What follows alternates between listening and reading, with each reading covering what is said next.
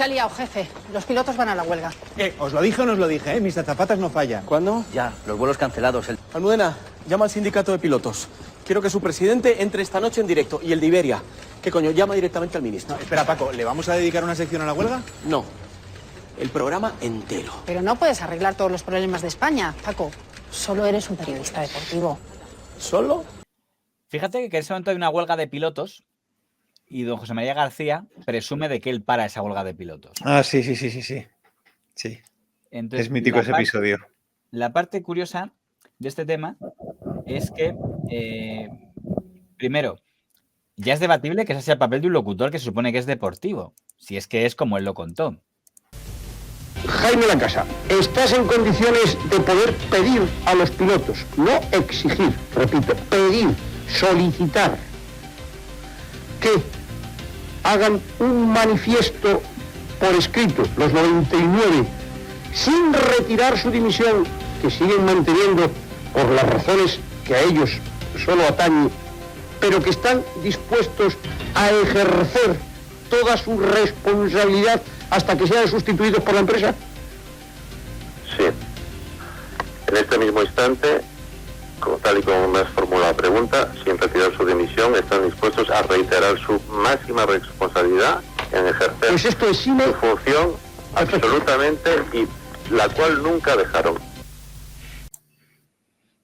Entonces, cuando anuncia el fin de una huelga de pilotos y que don José María García, Super García, a pesar de que ya no está en el momento más alto, pues él dijo que él había puesto fin a esa huelga.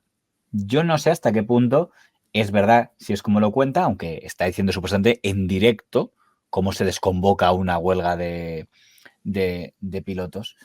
Esto también lo cuentan en La Competencia, y así lo cuenta el señor Luis Herrero.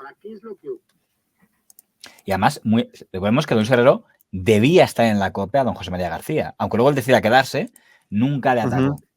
Ahora, ¿qué es lo que ocurre desde la 1 o las 2 de la madrugada hasta las 5:25 de la madrugada? ¿Cuál es la historia que permite entender que ese conflicto tan tremendo se puede solucionar en un intervalo de 5 horas? Pues muchos de ustedes se irían a la cama ayer a las 12 después de escuchar el programa La Linterna, si son oyentes de la COPE, y se irían con la idea evidente de que ese era un conflicto que tenía difícil solución.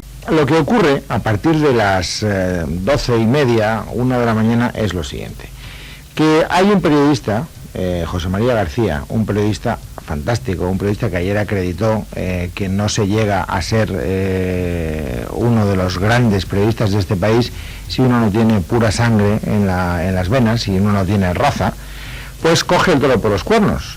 Y entonces, aunque su programa sea un programa deportivo, él se da cuenta de que en el periodismo lo que tiene que ser prioritario es la información, una información que estaba afectando a casi 100.000 ciudadanos de esa manera, y que además era un escándalo de unas magnitudes que no tenía precedentes. Jamás en la historia la compañía Iberia, ninguna compañía aérea había tomado una decisión de esa naturaleza.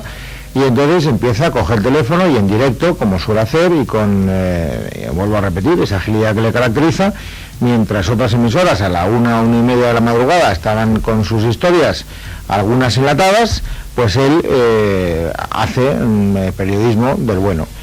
De competiciones, la que se está librando ahora mismo es de las más trascendentes de la temporada. Y esta vez no hay una pelota en juego. Lucas Carbajo, presidente del Sindicato de Pilotos Españoles, muy buenas noches. Buenas noches. Y al otro lado de la mesa ha aceptado nuestra invitación el ministro de Transporte, Turismo y Comunicación, don Alejandro Pérez Blanco. Muy buenas noches, ministro. Buenas noches. ¿Teme usted que esta huelga le cueste el puesto? Hombre, si me soltara tan fácilmente no me habría metido en política. Espero que me den un tiempo razonable para Miles explicar... de españoles atrapados en los aeropuertos, sin poder ver a sus familias en Navidad. Abuelos que no pueden abrazar a sus nietos, madres a sus hijos. Y todo debido a la inoperancia de su gobierno. Y usted viene aquí y pide tiempo. Muy bien, ¿tiempo para qué? Hombre, para intentar arreglar las cosas, ¿no? Pues lo va a tener. En concreto, el que dure este programa. Pueden ser 2 o pueden ser 12 horas. Pero de aquí no sale nadie hasta que esto no se haya solucionado. Y no tiene que prodigarse en grandes declaraciones, la eficacia no tiene por qué ser para nada efectista, y yo creo que eso es lo que demuestra el estilo Cascos. Él ha hecho ya una toma de posición que acaban de escuchar en el programa de José María García, Y la primera reacción a ese llamamiento de la compañía Iberia es decirle que no, que gracias por la advertencia, pero que hasta que los pilotos no se comprometan por escrito a volver a sus puestos de trabajo y a garantizar la eficacia de su actividad laboral, ellos no van a restablecer la normalidad de los vuelos. Entonces, ¿qué es lo que hace José María García en Onda Cero? Pues, dada que esa es la respuesta de la compañía, oiga, pónganme con los pilotos. Y le dice a los pilotos, dice Iberia que si ustedes se comprometen por escrito a trabajar con eficacia en sus puestos de trabajo, este conflicto se arregla. Y en directo, el conflicto se arregla. Podemos ofrecer una subida de un 10%. Un 10% me parece intolerable. Los españoles tienen que viajar. Los españoles defienden los derechos de los trabajadores, como nosotros. Bueno, como ustedes, ¿cuál es el sueldo de un piloto? Eso es irrelevante. No, no es irrelevante. En este país hay gente que no llega a fin de mes. Compararse con ellos me parece un acto de cinismo. Bueno, estamos aquí para desencallar la situación, ¿no? Pues hagámoslo, ¿no?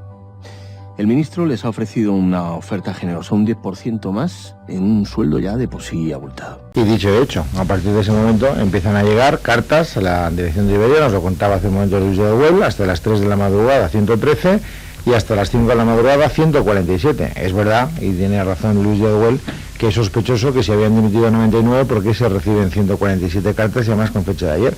Probablemente porque ahí había una estrategia perfectamente montada, digamos las cosas con toda claridad, para que su información sea la más completa posible por parte de los pilotos, de ir, digamos, estableciendo un efecto de goteo en las dimisiones, y ya tenían todos ellos pues la intención de dimitir. Algunos, 99, lo habían hecho público y otros tenían la intención de hacerlo público pues en un momento inmediatamente posterior.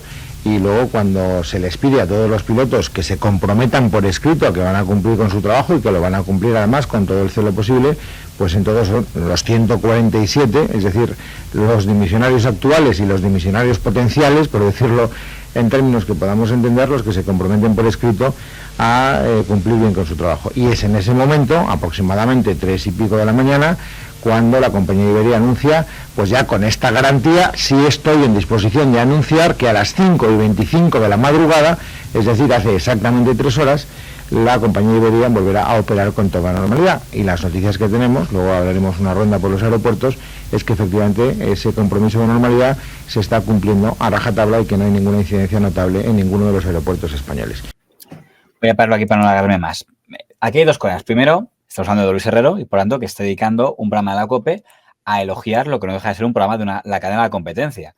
Porque, teóricamente, la gente a esa hora tenía que estar escuchando lo que emitiera a las 12, es decir, a don José Antonio Avellán. O sea, si yo soy el señor Avellán, diría, gracias, estás loando a mi competidor.